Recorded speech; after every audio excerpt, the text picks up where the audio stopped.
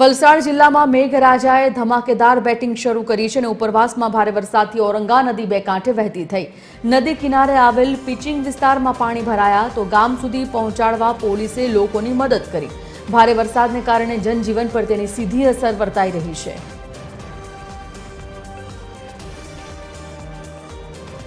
તો વલસાડમાં જે પ્રકારનો વરસાદ અત્યારે છે તમામ વિસ્તારો પાણી થઈ ગયા છે।